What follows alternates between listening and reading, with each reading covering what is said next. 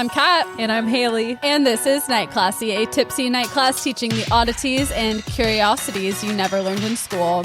Powered by a thirst for knowledge and boxed wine, we covered the most fascinating lessons in history, science, true crime, pop culture, and the paranormal. What are we drinking for this learning journey, Haley? Spicing it up with an Angry Orchard. Kat. Yes, we are. I've been craving the fall. Crisp apple Yes. is what you got. It's very good. I don't usually reach for the Angry Orchard, but this is giving a nice little fall vibe. As soon as the warm weather hits, we're like, can we go back? I feel like I always want the season that's like next. Like it's been the longest since I've experienced fall. Yeah, and I think that makes sense. Yeah. Now And that- fall is just my favorite. Fall's the best. Where do they have fall year round? Maybe Salem, Massachusetts. Not weather-wise, but I feel like the vibes. The vibe is definitely fall. It Yeah. kind of has to be. It's gotta be. I mean, my only experience with Salem, Massachusetts is watching is it Halloween Town or what's the one with the witches? Is that Halloween Town? Hocus Pocus? Hocus Pocus, yes. But that made me want to move there, but Alec refuses. So Why, Boom. Alec? Do you refuse? Not a fan of cold weather. Yeah. Oh, but it's fall weather. It's crisp. I fully expect if and when you guys end up in Florida that you can just make your house your own little slice of fall. I mean, really anytime, but especially in Florida since it's so warm and fall is so... That's my only issue with moving to Florida. Like, I would love to live in Florida 9 months out of the year, but I have to be somewhere fall-ish for fall. Just go back to Seattle. Just have two houses. Rent one out one time. Find someone who wants the exact opposite of what you want. Instead of a snowbird, I am You're just a migrate snowbird? for the fall. Yeah, you're a The snowbird, only but one. different. Just flip-flop it. Flipped. Honestly, Yes. though, Seattle's not the best place to be during the fall because they have so many evergreen trees that the leaves don't change because there's not many leaves. So you need to go to the Midwest Yes. then, or like maybe Or Vermont. some Maine. Yeah, Vermont. Yeah. I could fuck with Vermont. My great-grandma used to own the house next to Bernie Sanders' house on Lake Champlain, and it was gorge. We went every summer. Damn. Okay. Yeah. Okay. It was a little bougie, bitch. but she sold it, so. Well, look who's bougie now. Yeah, not me. Bernie.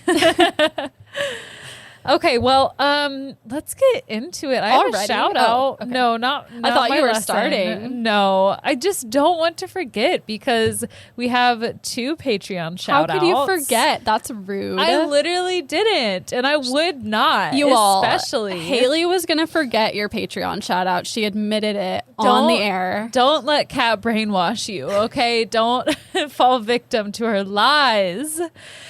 Riley Bassetti, we met you on Friday during our live Night Classy exclusive Patreon cocktail hour. She was lovely. She was lovely. And her dogs are named Bella and Sadie. So freaking cute. She's a graduate student in Greenville, North Carolina. And she found us on TikTok. Our so- listeners are so smart.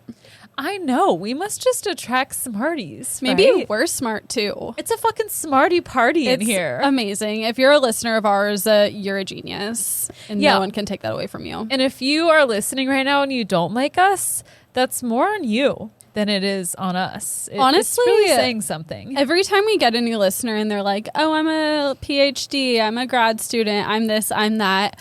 That makes the 1-star reviews hurt less because I'm like, oh, you don't like us because you're stupid. Yeah, you just don't get it. Yeah. We're too advanced. Riley freaking gets it.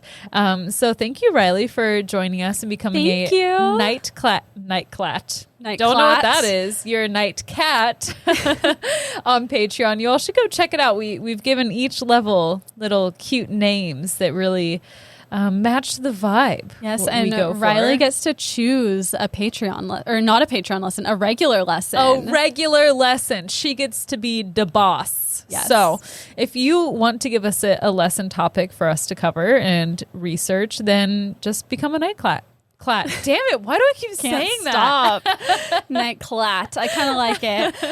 Or if you just want to come hang with us at our Zoom cocktail hours, we would love to see you. And you can join Patreon at any tier for that. It's popping off over there. We're going to record a new List Bitch soon. We'll probably record a new trivia night soon. Looking forward to that. So catch us on Patreon. We have some fun stuff. And we need money because Alec and I are moving very soon. To Florida. No, unfortunately not. But we are signing a lease tomorrow on our new apartment. Ow. Time Very to go excited. shopping. I'm so excited. I can't freaking wait. I'm going to be so broke, but my apartment's going to look so It's going to be freaking so beautiful. Good. Yes. Yes. And it's like a brand new shit, but it's in an old building. They renovated it. So maybe it still has a ghost. You know the ghosts are pissed. They probably are. I'm ready for them to take out their wrath upon me. I don't live places that don't have ghosts. Either they come to me or I come to them. Yeah, after being in our current house for 2 years, we've really, I think, gone through all the ghost energy. There hasn't been a lot going on beside the normal old man smell. But been that's smelling just that? typical. Yeah, I have. Okay. Yeah, Ooh. especially with, packing up and Yeah. things moving. I think he senses something is going on. Something is afoot. I wonder if I was thinking about this the other day. I want to leave letters hidden around the house just about our times in the house for the new tenants. Where would we hide them? I don't know. Somewhere that, 'cause I feel like in the creepy stairs. Yeah, in the creepy stairs, in the back of the closets. I feel like when we moved in, that house was dirty as fuck. So I don't think they're not really go through it and clean it. I think we could have some fun. Yeah, let's do it. We could hide it because I have a second Ouija board, so we could hide the one I don't like as much, in the attic.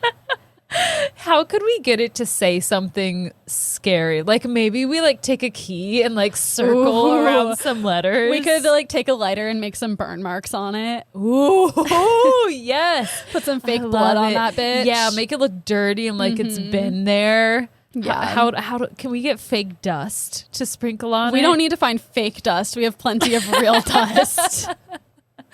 Our house is so clean. I literally don't know what you're talking about. Right now it looks freaking abandoned. Oh my God. It looks like the freaking haunted shack that everyone runs by on their street. It looks so bad. No wonder Ghost caught a chipmunk today. He's out there having outdoor time and he's like, I am in the wilderness now. I have to fend for myself. And just so everyone knows, the chipmunk was fine. He was being supervised and he's never caught anything before. And so I was like, there's no way he's going to catch this chipmunk. He just likes to stalk things. He fucking caught the chipmunk, but he picked it up like a kitten. He was holding it by the scruff of its neck. He didn't shake it or anything. And I ran up, made him drop it. The chipmunk was in shock, so it let me examine it for bite marks. It was fine, and then it hopped away. So it ended well, but yeah, he did catch us a friend. God. And it's been the week of weird animals. Alec and I caught a baby goat in our neighborhood yesterday. I can't believe that. You bitch, you didn't take pictures at all. It was such a shock. And also, we only caught it for 5 seconds because what happened was it was standing on somebody's front porch. It was this little adorable baby goat. And we live in the freaking city. We live in downtown Memphis. Why the fuck is there a baby goat? And we were walking by and looking at the goat because it was fucking cute and adorable. And then it locked eyes with us and it's like, oh, you want to be my friend? Yeah. So then it starts following us down the sidewalk and we're like, go home. We don't want you anymore. And it wouldn't stop following us. So I had to pick it up and knock on their door and be like, is this your goat? And they're like, yep, that's our goat. It was a little boy. He was probably 10 years old. And he was just he didn't say anything to me. He was just grinning. And I was like, is this your goat? And he is smiling and nods. And he just took the goat. And he could barely carry it. I thought you were talking about the goat. And I was like, a 10-year-old goat? Was that small? No. Yeah. They're like people. They live a very long life. They don't mature until they're 20. That would be the best thing ever. I want to do goat yoga really badly. I fucking love goats. They are so awesome. I know. Their eyes are kind of freaky though. They're like rectangular pupils. You just can't look too close. Yeah. Horses look like they have poop in their eyes. Ew. If you look really deep in their eyes, it's clumpy inside their pupil. It's very weird. If you look really deep in their eyes, you can see the poop emoji. Just I wish. Right in the middle. You have to get it the right angle though. Animal eyes would be a fun topic. I've like started researching a few times, like how different animals see, and I've never completed it. Do it. Maybe in the future. That is the lesson for you. I'm convinced. Whenever I do like too many true crime or like creepy lessons in a row, because those are my interests, I'm like, what else do people like? Oh, animals. So every now and then there's an animal lesson sprinkled. We have had quite a few. Yeah. Yeah, the like deep sea one and the White House Pets one. Mm-hmm. We've got a whole backlog. Every now and then, I like to search have up some a break animals. from the craziness. Yes. Do you have some craziness for us today? Yeah, I guess I do. Are you ready for me? I'm ready. I blew a 0.02. I blew a 0.033. So it's my turn to go Closing first. my laptop. All right. Today, for this learning journey, we are going back to the Age of Enlightenment. Oh, shit. And at this time, while there were a lot of ideas and a lot of technological advances, a lot of medicinal practices were still in the Dark Ages. I love some old-timey medicine. Yes, it's very good. Leeching, bloodletting, just a lot of borderline vampire-y type shit. Gotta right? balance those humors. All of those practices were still common at the time until a charismatic German physician appeared in Paris in 1778. He claimed to have magnetic healing powers, and he could cure any illness just using his hands. Nice. Is he into like Reiki, or no. He thinks he's magnetic?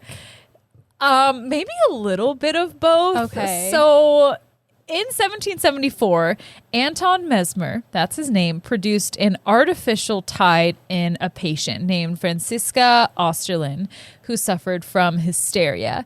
And what he did was he prepared some concoction. I don't know if it was a paste or a liquid, but it contained iron in it. And he had her drink the liquid with iron in it, and then he attached magnets to her body. Franziska reported feeling streams of mysterious fluid running through her body and was relieved of all of her symptoms shortly thereafter. So Mesmer is like, I am onto something. And he wasn't just some random guy. He studied medicine at the University of Vienna, and he was really interested in how natural energies in the universe, such as gravity, interacted with the human body. And he created a theory called animal magnetism. So I guess we are hitting on animals a little bit today. He theorized that all living things are connected by an invisible magnetic fluid. And we don't really know if he was talking about an actual fluid or more of just an energy. Apparently, it was not uncommon at the time to refer to things like gravity as fluid. That makes sense. I have a hard time believing he means a literal fluid. Yeah. Maybe like a fluid energy. Yeah, fluid energy. Exactly. But essentially, this energy is present everywhere in the universe. And he believed that he could use that energy to cure people. So since this energy was everywhere in the universe, it was also throughout each and every one of us in our bodies. And he believed that any illness was simply a fluid blockage somewhere in the body.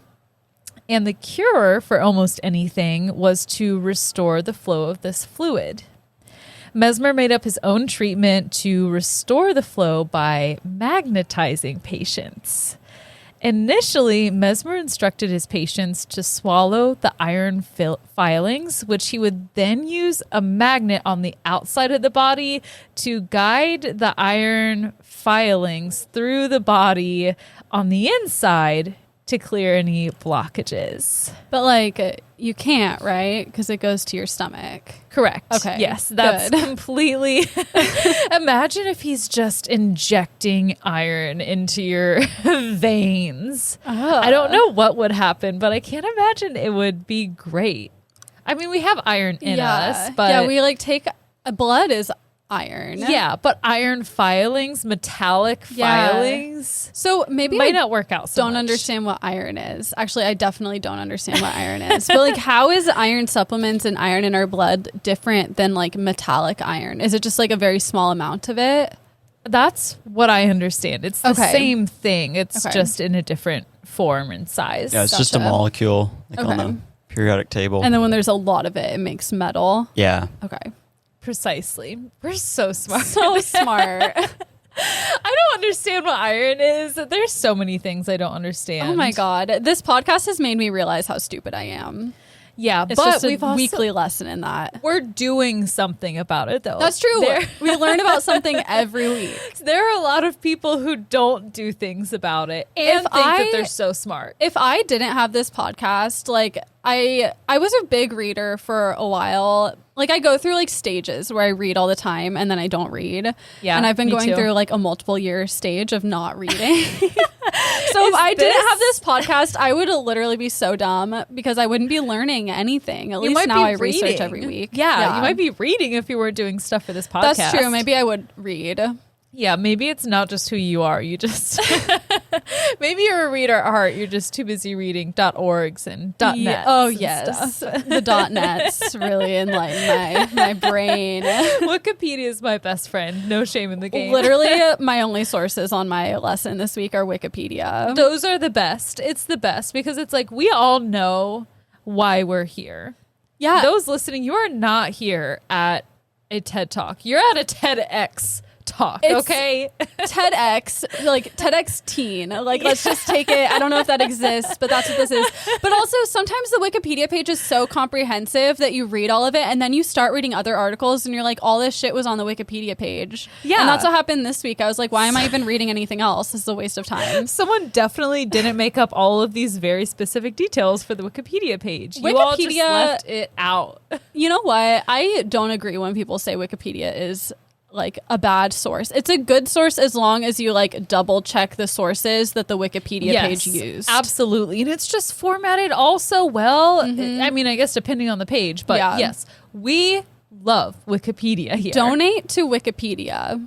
And then donate to us. Yes. Patreon.com/nightclassy. Nightcladdy. Can I make a correction? I called iron a molecule. It's actually just an atom element. So for the people screaming at the audio, it's I corrected it. I knew.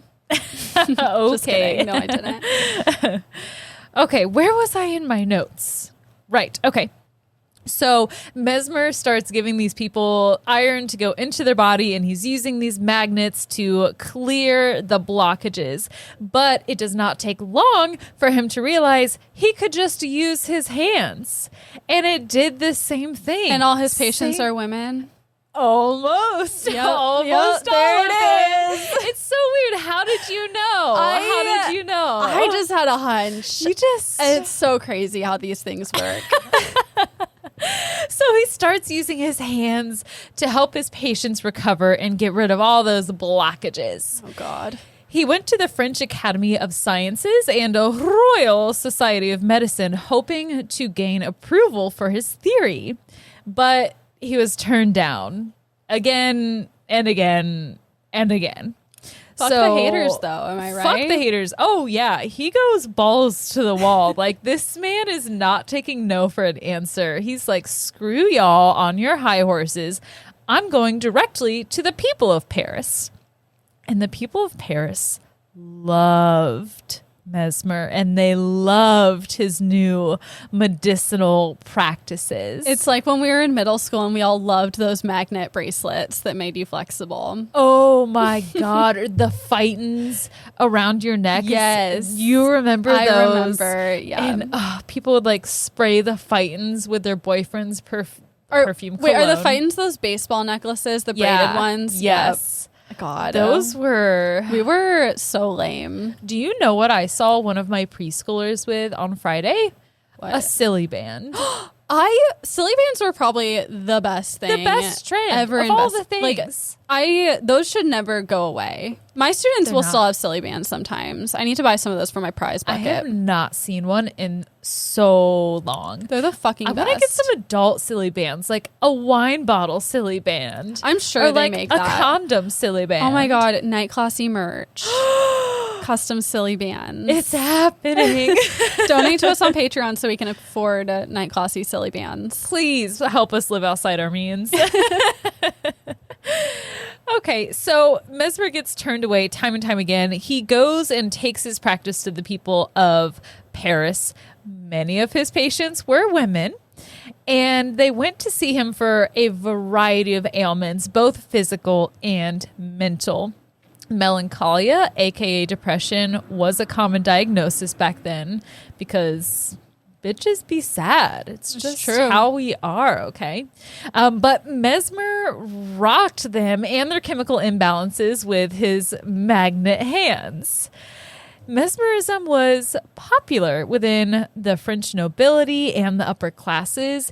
He entertained the likes of Mozart and Joseph Haydn in his home, and he even ended up setting up an in-home office. And by the way, he did marry a wealthy widow named Anna Marie von Pachsch. Okay. Fun fact. Mesmer was often invited to court and even performed on Marie Antoinette. So if the queen was doing it, everyone else had to as well. And he just kept getting more and more popular. People were flocking to Mesmer. Some days he had as many as 200 patients. How?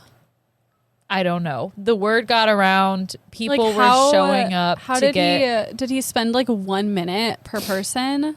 Well, what he did, since demand was going up and there was only one him, he started training people to do what he did.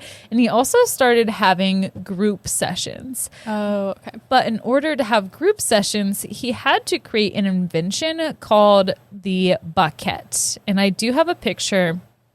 Excuse me. I do have a picture here. It's essentially a wooden tub. There's him doing his magnetism work on some lady. She's wearing an infinity scarf. She was before the times. Yeah. He kind of looks like George Washington. I mean, they all did, yeah.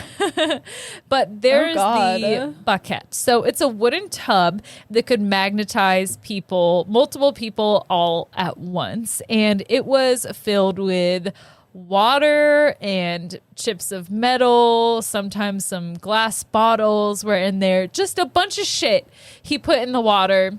And then the rods were in the water, and then the top of the tub was covered, and the rod came out, and you would put the rod against your affected body part. Your tummy hurts? Put it against your tummy. Your head hurts? Oh, you can also just chain yourself to the tub. Whatever you gotta do. I'm scared of where this is going with the rod. I don't think you should be. Okay, good. But it's pretty wild looking. Yeah, it looks, I don't even know how to describe it. It's like a giant like mahogany barrel with a bunch of metal attachments. Yeah, it almost looks like one of those things that they attach horses to go round and round walking. It does. But there a hot walker.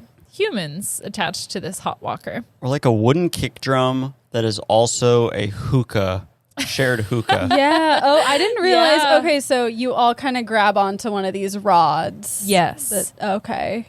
And you just gather around. There's another And there was no picture. Electricity in it, right? It was just full of water and metal. No electricity. So literally in it. nothing. Yeah. But he was seeing results, okay? The alternatives to this medicine at the time were leeching and bloodletting. So people really enjoy this experience. Oh, yeah. Way better than leeches. They get to spend time together. And it was overall, that's why people liked it. It was like a fun party to do. Yeah. He has this like miniature mansion. A bunch of noble people are there. The wealthy people are there. The room was beautifully furnished. It would be dimly lit. Someone would play on the glass harmonica. And the air was filled with incense. So, I mean, I'd go. I would definitely go. Be like, Oh, where should I put the rod? Huh. I would stick the rod down my throat because I have a really bad sore throat right now. I need to be cured. No gag reflex. So as the group was connected to these rods, Mesmer would float around the room in his signature wizard-like lilac coat, touching the patients in various spots on their body with his hands, sometimes with his magnetized metal wand that had like a sphere at the end of it. He's just literally a wizard cosplaying. He had a sphere at the end of it. Yeah. What if it was a star? And he's like, I just keep wanting to make jokes about sticking these rods and wands in appropriate places. I know. I mean, we've already gone there a couple times. I know. Something about it is telling me no. So he would touch people on the abdomen, on the head, or if you were a woman, Mesmer often found blockages in between your thighs. Oh, God. I'm sure. Yeah. Yep. Mm-hmm. Just as you suspected. And people responded to the treatment in what Mesmer coined a crisis. It was very normal for, at the end of the sessions, people to cry, scream, convulse on the ground, hiccup, have a laughing fit, cough uncontrollably. It just really depended on who you were that day. People are so wild how they can just be convinced of something and then just lose their shit. Oh yeah, I can't judge. I am convinced we have a ghost in our house. I'm convinced that there was somebody in our attic that one day before I went to New York.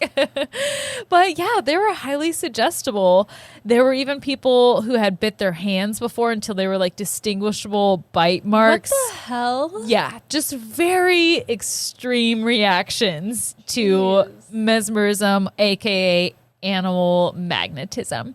And some patients, more so females, were often escorted to a separate crisis room until they calmed down. According to some sources, Mesmer would disappear for long periods of time attending to the woman, which he brought his rod. Raised eyebrows. Oh yeah, he brought both of them. Yeah. So for as popular as Mesmer and his magnetism was, there were still a bunch of fucking haters. He was chased out of Vienna in 1777 after being labeled a fraud and a charlatan for falsely claiming to have cured a young girl, Maria Theresa von Paradis, of blindness. She was able to see when Mesmer was in the room, but mysteriously went blind again when he left. There was also some accounts of inappropriate touching.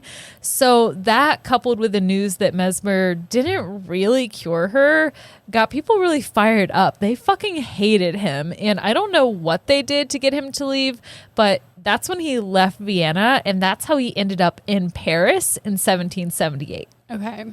So in Paris, he started getting some bad press as well, specifically from the scientific community. Actual doctors started losing patients to Mesmer. They needed the rod. What's a girl to do? Who's to blame them, really? And spare the rod, spoil the woman. God.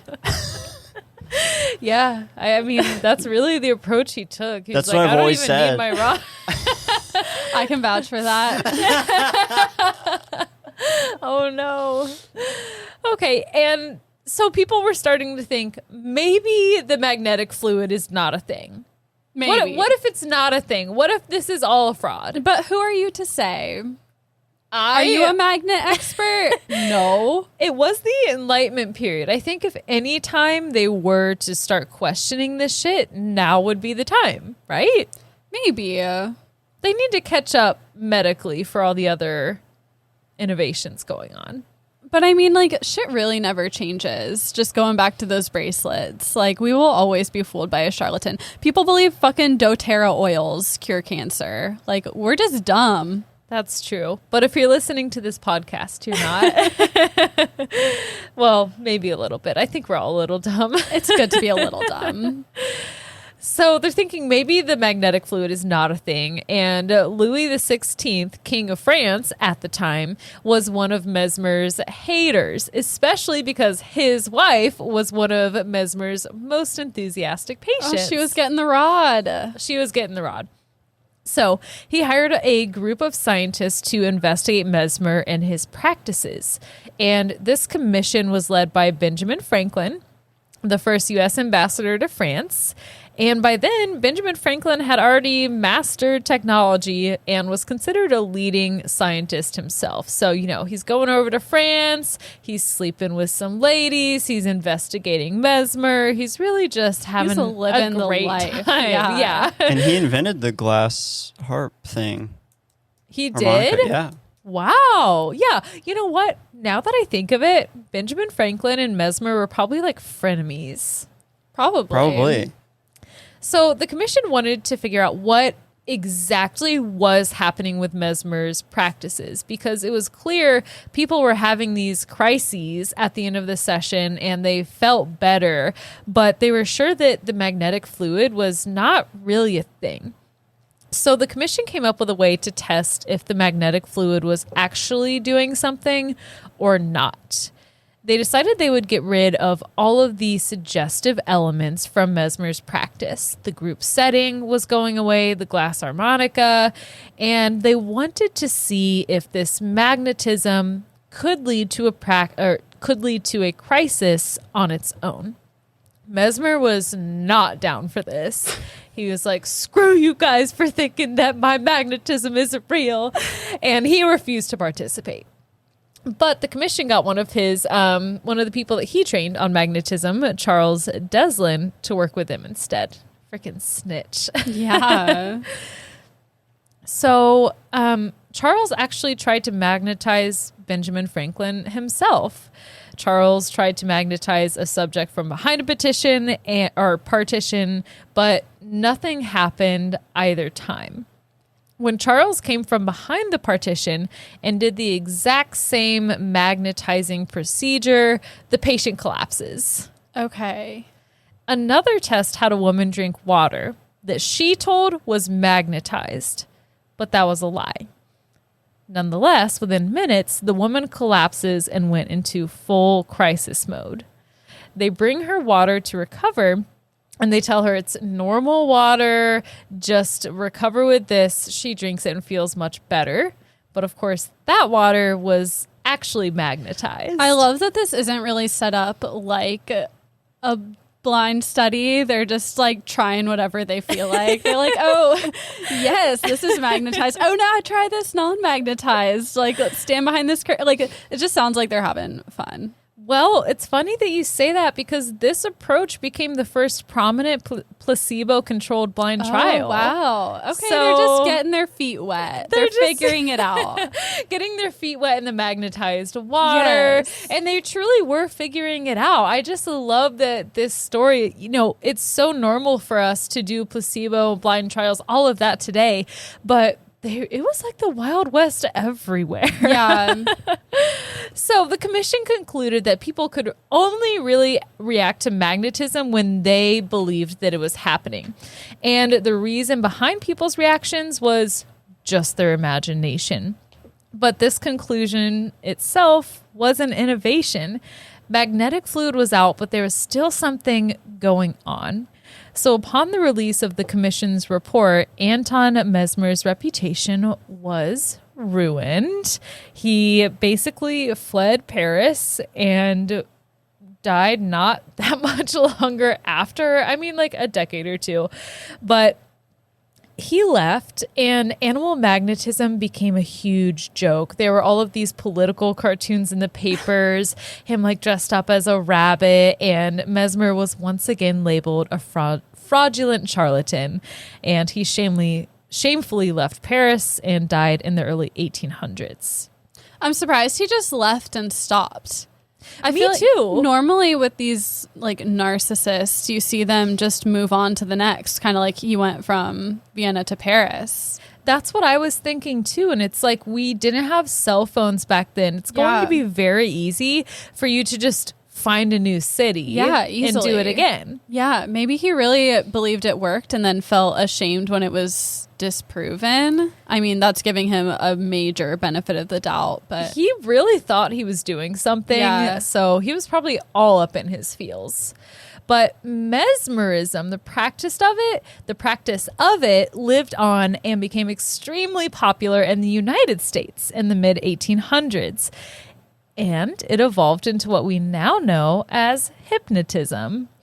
James Braid coined the term hypnotism in the 1840s and was fascinated by animal magnetism. He believed the effects of magnetism could come from the mind, but didn't require any tools or magnets.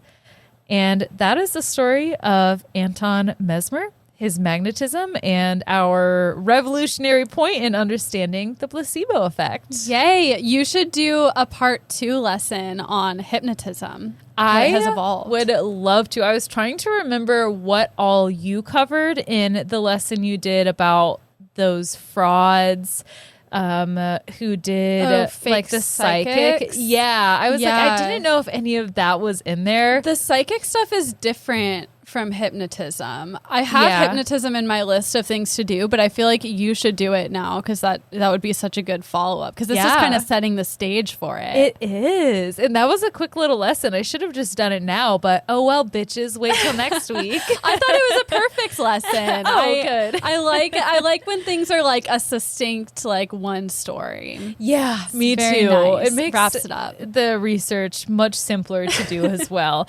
My sources are the Wikipedia pages for Anton Mesmer and animal magnetism, Franz Anton Mesmer, the man who invented hypnotism, by Jane Rose, Franz Mesmer on FamousScientist.org, Franz Anton Mesmer on thehistoryofhypnosis.org, and the phony health craze that inspired hypnotism by Vox. Good job. Can I ask one question before we sign off? Is that where we get the word mesmerize? It is. Okay, yes. Cool. I meant to say that, so thank you for reminding me. That's really cool. My mastermind group is called Mesmerize Podcast Mastermind. Ooh, wow. Now I kind of feel bad that it's named after a charlatan. Yeah, but there's no way for us to know. Yeah. I think so too. Yeah, that was it. All right, let's hear from our sponsor. This podcast is sponsored by BetterHelp. There have been like a lot of life changes for me now and in the near future. I know for you too, career-wise, and for me, possibly career-wise, and then just like moving. And it's the end of an era, and I've been feeling stressed and sentimental. And it can be so helpful to talk to someone who is removed from the situation. Absolutely. And the chaos that we experience in our day-to-day life, but especially when there's change coming, it really helps to center yourself and be able to talk through all the things that you realize, or maybe you don't even realize, are giving you anxiety. And stress kills, y'all. It really does. And we know that without a healthy mind, being truly happy and at peace is hard. Not impossible, but hard. The good news is that therapy works. And thank goodness for that, because BetterHelp has your back for whatever you need. It really is time to stop being ashamed of all of these normal human struggles that we all go through. And it's time to start feeling better, because you deserve to be happy. And now you don't have to worry about finding an in-person therapist near you to help.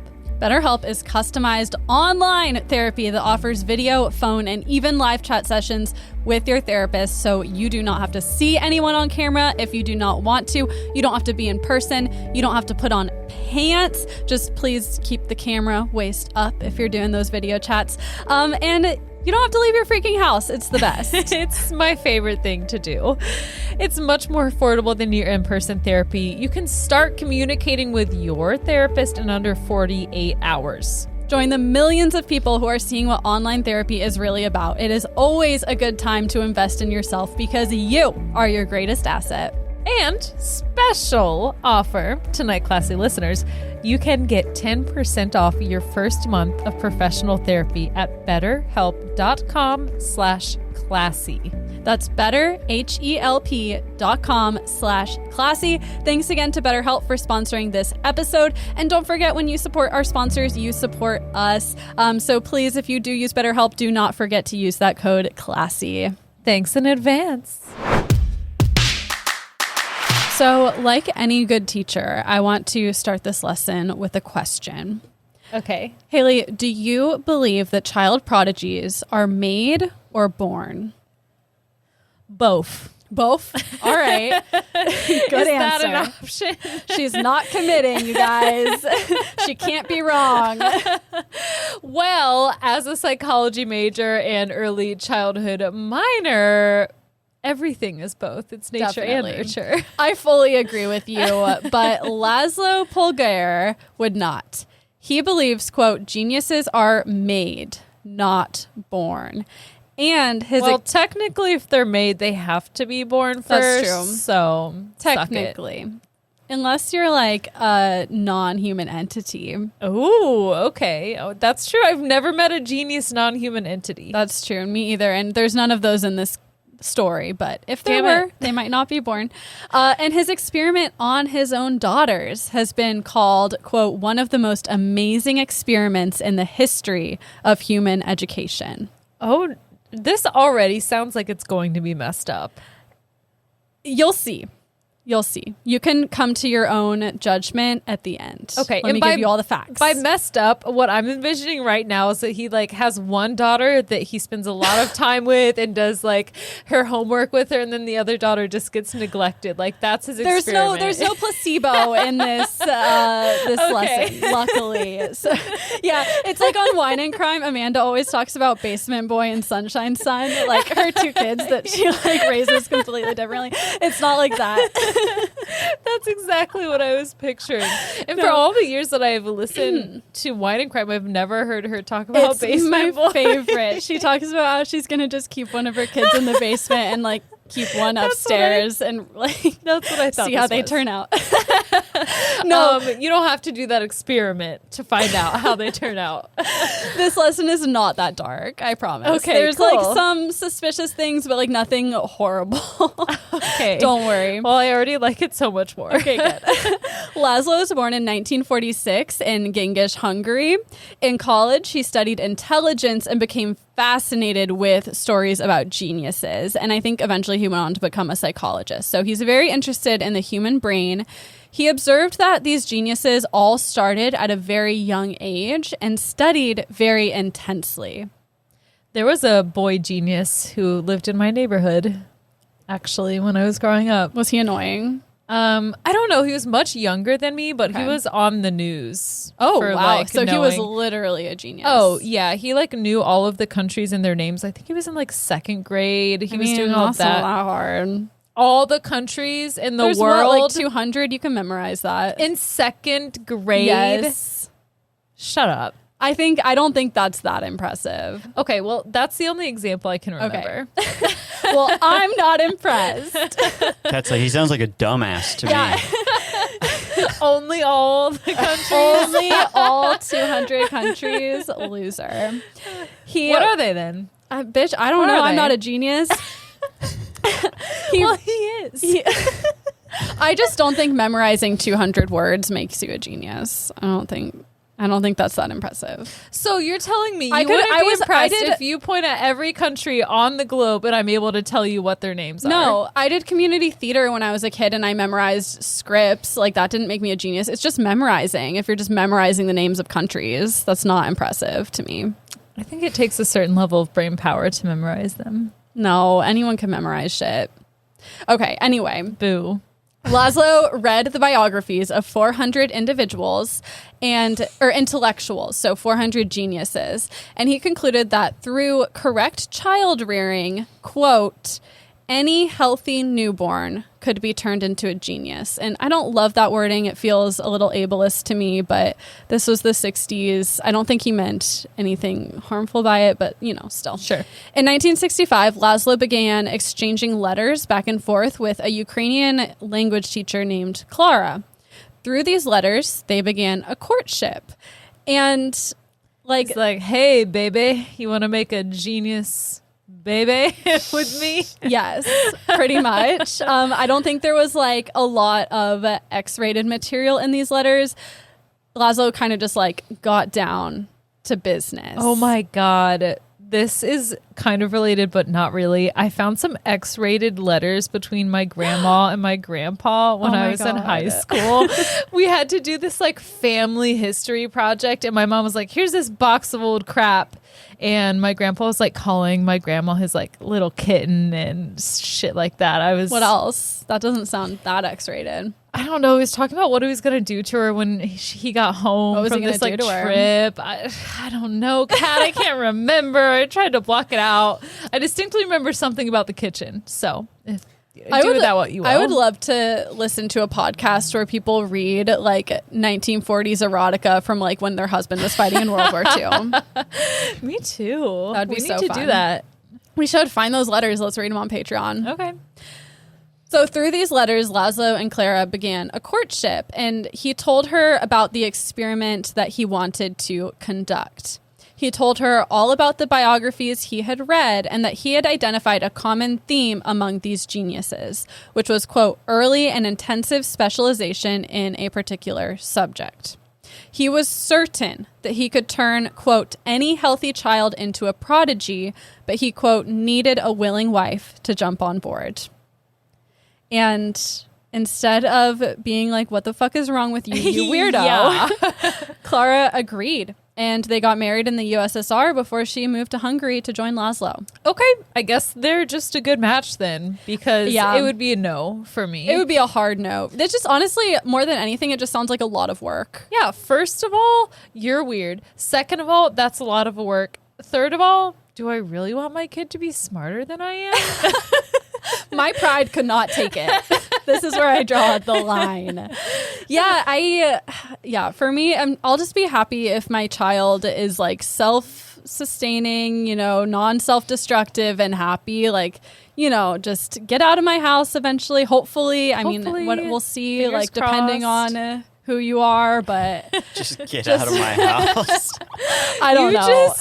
You just want you don't even want a kid. That description is just a friend who lives in another city. When I picture myself being a mom, I picture my kid coming home from college and I make dinner and we drink wine together. I picture having an adult child. I don't picture having a small child. You just have to do 18 years before I have to put in, I have to lay the groundwork so I can have what I want, which is a friend. It's you can't make them grow them. Yeah. It's like the episode of The Office where Michael's you can't teach. I want to have 100 kids, so I have 100 friends, and none of them can say no to being my friend. Oh my God. I already know me and my kids are not going to be friends, just based off of how me and my mom's relationship was for many years. Well, I guess we're friends now. Yeah, I feel like if you have a turbulent relationship with your mom as a kid, you learn each other's boundaries and you can be friends when you're grown. Yes, that's how me and my mom it worked out. Yeah. So together they had 3 daughters, Susan, Sofia, and Judit. Now they can start their project. Laszlo and Klara set out to choose a subject to make their daughters geniuses in. They considered things like foreign languages and mathematics, but settled on one thing. Do you want to guess what it is? Horses. Oh, God, I wish. No. That's you. You get one more guess. God, I don't know. Math? I just said they considered math. I didn't remember. I already forgot what you said. Okay. They decided on chess. Oh, okay. I would have never guessed that. Well, there you go. Klara later stated, quote, "We could do the same thing with any subject if you start early and spend lots of time and give great love to that one subject. But we chose chess. Chess is very objective and easy to measure." And their oldest daughter, Susan, also claimed responsibility for choosing chess. She said, quote, "He could have put us in any field, but it was I who chose chess as a 4-year-old. I liked the chessmen. They were like toys to me." That makes sense. Yeah. I mean, out of all the things, it seems like a pretty easy thing to get your child to care about. I mean, my parents put me in chess club and I never cared about it. But also, I don't think I had the support at home to be good at chess because neither of my parents knew how to play. Yeah. And also just the best thing to do when you're raising a child, whether you're a parent or a teacher, is to follow their interests. Yeah. You know, if they're interested in something, you can make them learn just about anything. Definitely. If it's centered in. So they started this experiment in 1970, and Laszlo claims it was a simple premise. He said, quote, "Any child has the innate capacity to become a genius in any chosen field as long as education starts before their 3rd birthday and they begin to specialize at 6. So because his theory required early specialization, Laszlo and Clara could not send their children to regular school because regular schools aren't immersing them in chess. So they had to homeschool, but homeschool was really uncommon at the time. At the time, this was a communist country. Like the state was really had their hands in people's lives and obviously don't want them homeschooling. So Laszlo had to really battle with Hungarian authorities to allow him to do this. There was even a time where armed policemen entered the family's home and tried to force the girls into school. Oh my goodness. Yeah. That's insane. How scary. I know. To be just at home learning and then boom. Yeah. Law enforcement in your house right now. Totally. And I mean, we still have like a remnants of this. Like if you don't homeschool your kids or send them to school, like police will show up at your door. So it's not like fully outside of, you know, what right now, but still terrifying. Yeah. And I saw something about some Texas lawmakers trying to get rid of public education. Yeah. Which Trump has been working on for like a long time, but now they're like pressing it, I guess. Ugh, we live in a scary fucking time. Also, donate to Planned Parenthood and please protect the right to choose. So it was not only authorities showing the family resistance. Judit, who's the youngest daughter, recalls that people would say their parents are, quote, destroying them. They have to work all day. They have no childhood. Like, these are just some things people were saying about the girls. And you can understand, I think, why people might say these things. Yeah, those would be fair concerns. Mm-hmm. And Judit says that because of this, she became very defensive and not very sociable. So it was kind of like her and her family against the world. But regardless of all the criticism, the family was able to homeschool the girls in their small Budapest apartment. Visitors to the home say the living room was narrow. It was, quote, cluttered with chess books, and one wall was, quote, filled with sketches of chess scenes from centuries ago. There were hundreds of chess books, trophies, and boards scattered all over the room. There was a filed card system that took up an entire wall. In it held records of previous games, analytics, and even an index of information on potential competitors. So it was just like they were eating, sleeping, breathing chess. Can you imagine being their neighbor? Someone comes over and you're like, yeah, those are my chess neighbors. They're very weird. Yeah. These people had no friends, I can promise you.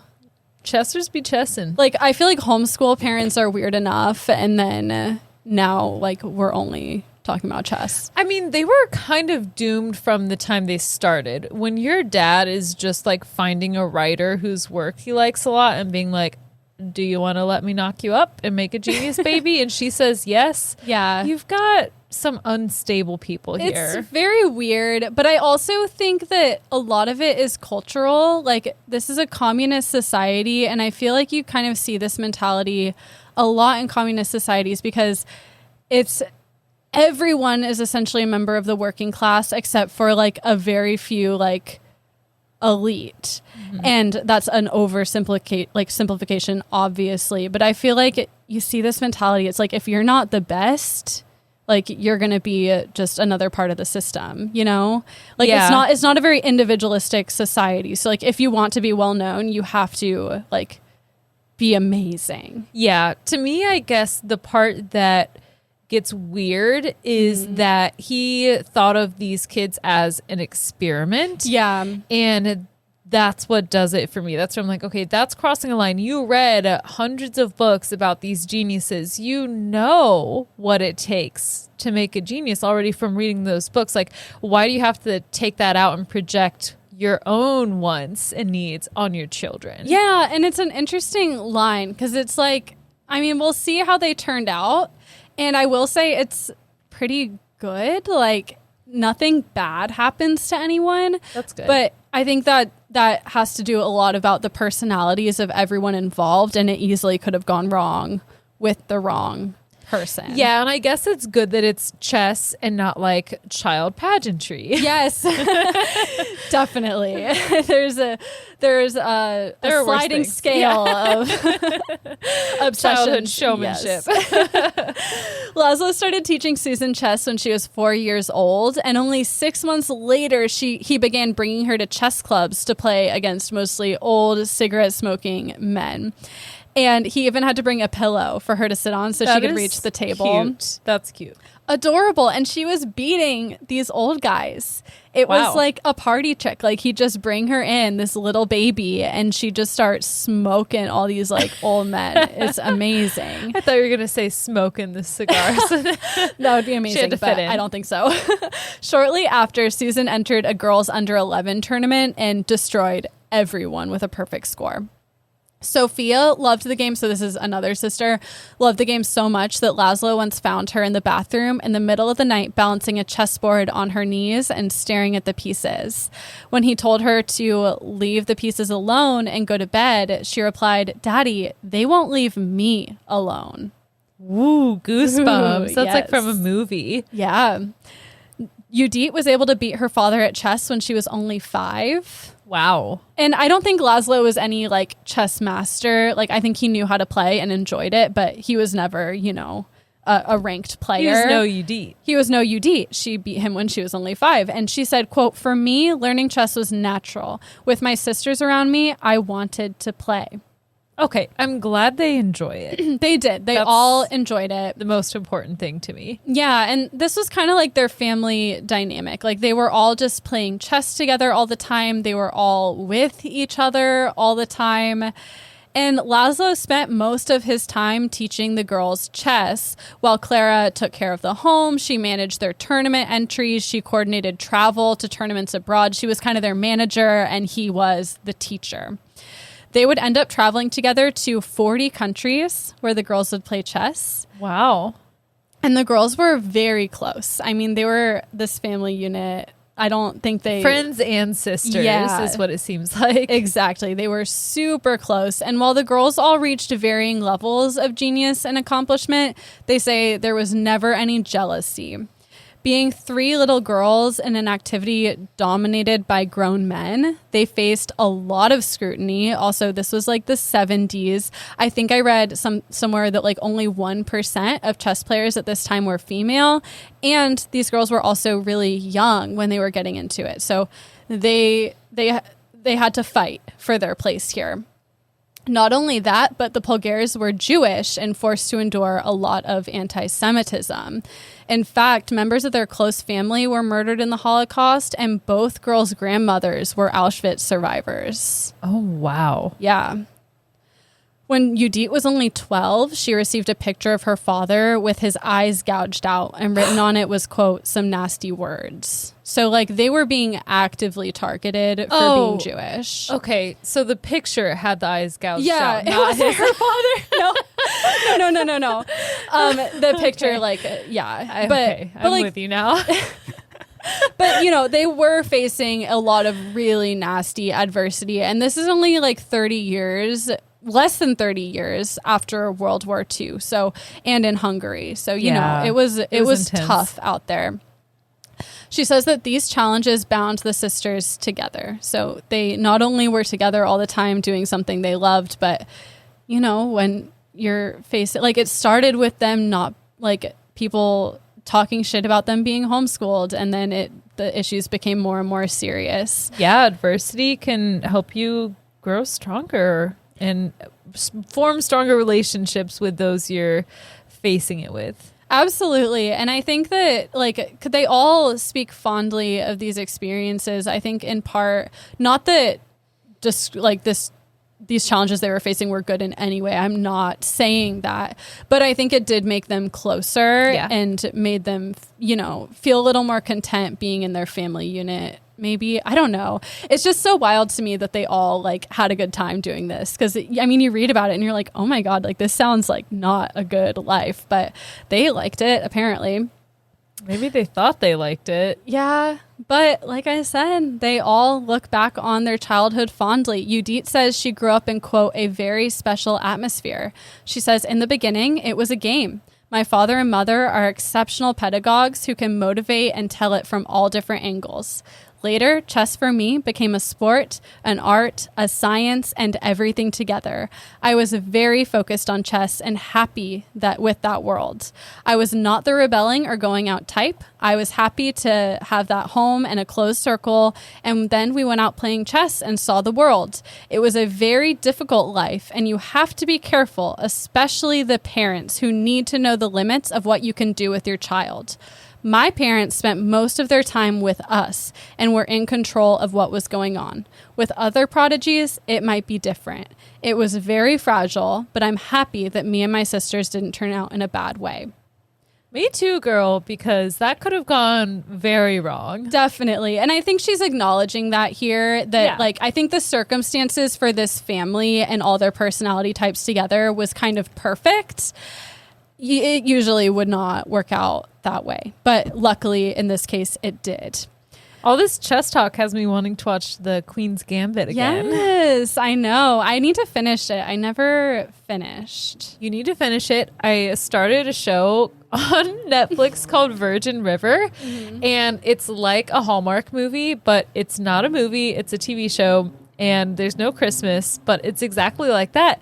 And now I'm over halfway through and I'm really into it now. There's so many different storylines and it's just a feel good show. So that sounds fun. If you're looking for something like that, I would love to watch that. Alec and I have been watching, what's it, Magic for Humans on Netflix. I don't know what that is. He's like a street magician. It's just kind of like one of those shows, but we've been like falling asleep to it at night. It's very soothing. Gotta love a good fall asleep show. It's a great fall asleep show, but it's also frustrating because I just wish for once I could watch a show like this and then they show you how to do the trick. Yeah. And he doesn't, which like I get it. Magicians don't reveal their secrets.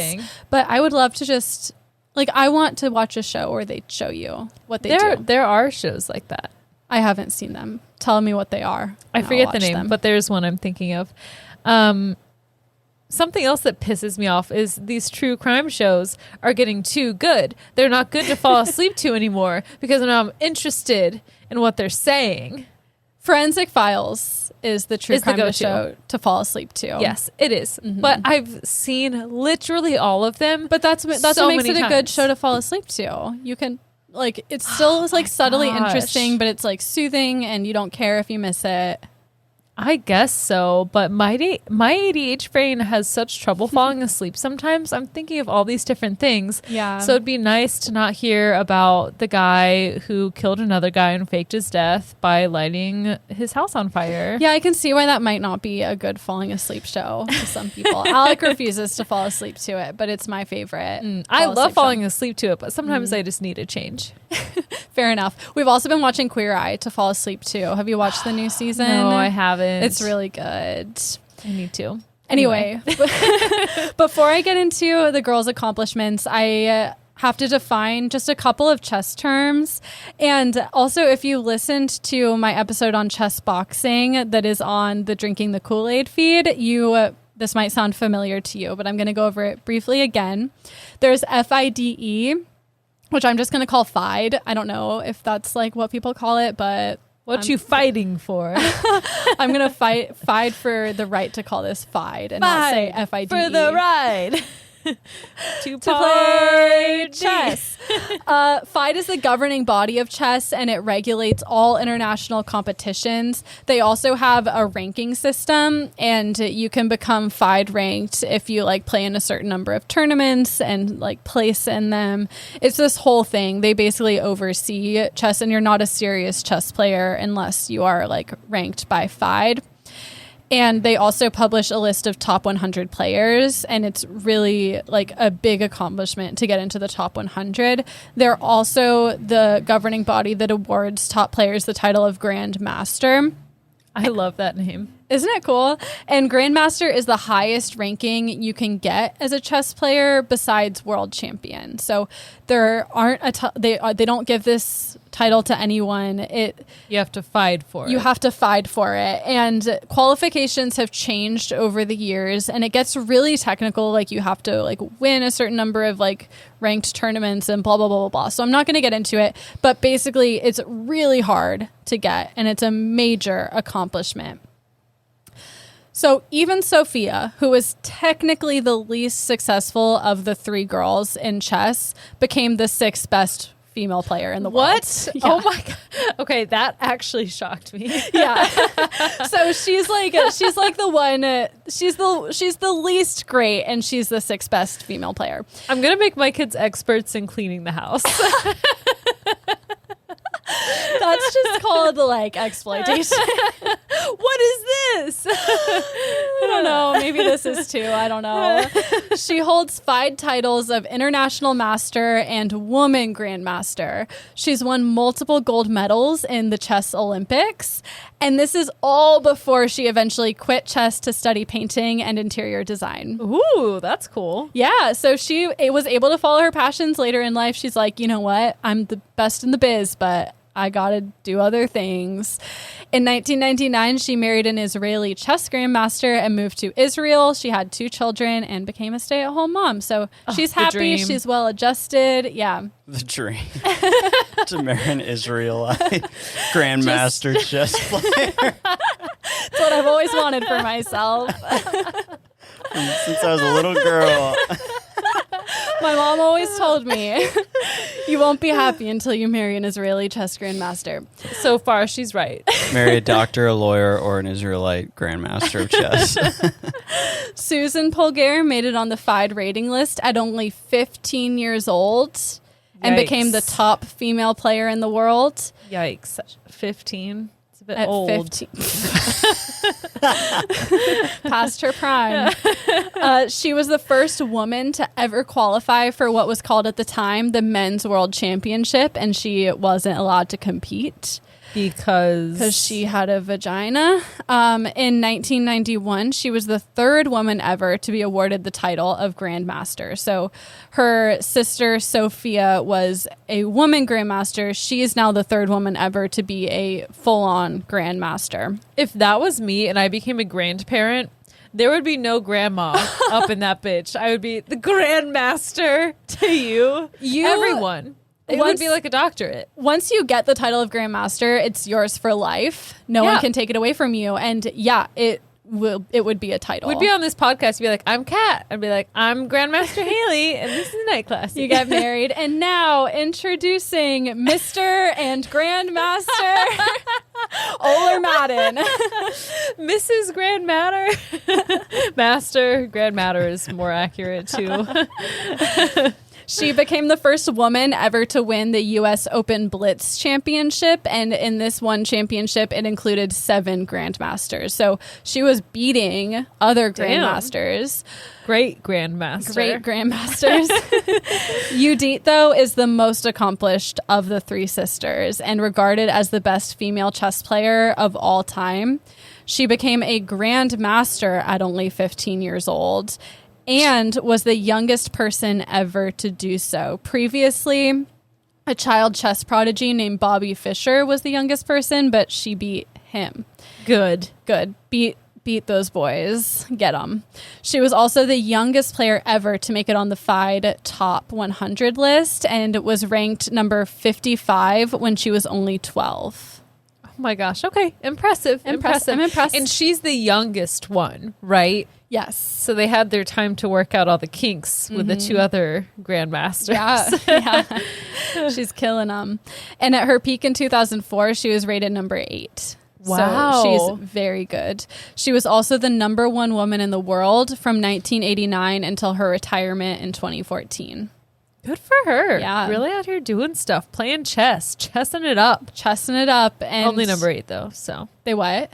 Only number 8 though. Only number 8. I mean, I'm number 9, so I'm a little impressed, but it could be better. The things that impress you boggle the mind. And the things that don't impress you boggle the mind. I'm kidding. I'm impressed. I know you're kidding, but I'm just mad you're not impressed about that kid I knew. I just don't think memorizing 200 countries is that. I mean, I feel like I could do that in a week. You're not 7 years old. I could have done that when I was 7. Okay.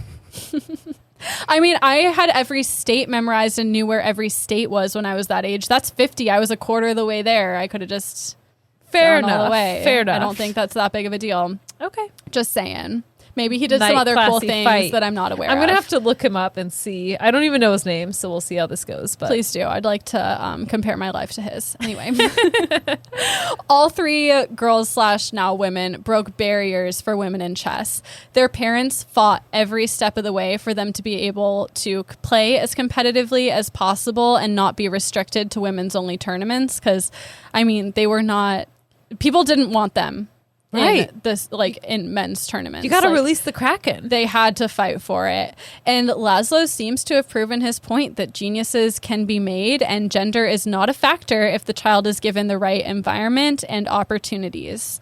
William Harston, who interviewed Laszlo, wrote, quote, "Men must be clever and hard. Women must be beautiful and look after the family. Only then, if they have time, can they be clever." And Laszlo hoped that his experiment would change this prejudice, and he certainly helped. Yeah, I'd say so. He gave a few drops into the bucket. You know, he did his best. Yeah. He did his best. I'm not impressed, but he tried.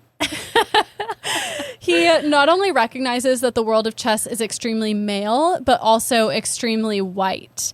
In 1992, he declared he wanted to, quote, "break the racial barriers in a virtually all-white chess world." And before I go on to this next part, I will say I think his intentions were good. But his idea was very problematic, and I think he could have done, had a different, better idea. But his plan was to adopt a, quote, "black infant from the third world who he would train to be a chess prodigy." Obviously, children are not pets, and we shouldn't be adopting them and separating them from their home and culture just to train them and prove a point. But that was his idea. Did he do it? A Dutch billionaire named Joop van Oostrom thought it was a great idea and offered to fund this second experiment. The plan was Laszlo would adopt 3 boys from a developing country and raise them to be chess prodigies, just like he did with his girls. If I have a lot of feelings on this. I think I'm just going to say okay. Yeah. And obviously, highly problematic, terrible plan. There are better ways to do this, like, for example, funding free chess lessons in inner cities and outreach like that. This is not the way. Who are you actually helping here? It's definitely, I think we can make some inferences here. Clara, though, luckily was able to talk him out of it and was able to remind him that life is not all about chess. So I think this kind of hits the nail on the head with what you were saying. He just wanted to prove a second point and be the star. And I'm not saying he's a bad person, but he was definitely ignorant and misguided in this whole idea. I'm glad it didn't work out the way. Hopefully he put his efforts towards a more sustainable, proper way to open up chess for equity. I know his daughters went on to be chess instructors, and I think they've done outreach. I don't know that Laszlo has, but I mean, there's obviously better ways of going about this. And I mean, the point is true. Chess is white, and we should be making chess more accessible to everyone. But yeah, that idea was not it. I'm so glad she stepped in. He really did raise some geniuses. He did. And like, regardless of everything, Polgar definitely left a legacy with his girls. I think it's a miracle they all turned out so well and enjoyed their experience growing up that way. I think it's really a testament to Laszlo and Clara's good relationship with their children and the love that they had for them. That came first, really, at the end of the day, was them wanting the best for their children. By all accounts of everyone who knew the family, Laszlo was kind, patient, and an agreeable person who really just wanted what's best for his daughters. And in all, he seemed to have proven his theory that genius is merely work plus luck plus favorable circumstances and not some biological fluke. And that is the story of Susan, Sofia, and Judit Polgar, chess geniuses. Oh my gosh, you're just killing it with the chess lessons. Oh, thank you. Once a year, you've got a chess lesson, and it's really good. Oh, thank you. You're welcome. I would love to be good at chess. Maybe someday. Take a lesson. I should. My sources are the Laszlo Polgar Wikipedia page, the Sofia Polgar Wikipedia page, the Susan Polgar Wikipedia page, the Judit Polgar Wikipedia page, DanielKareem.com, FIDE.com, and chess.com. And that was my lesson. Thank you. Great job. Thank you for listening, everyone, and Haley. Okay, I'm not included in everyone.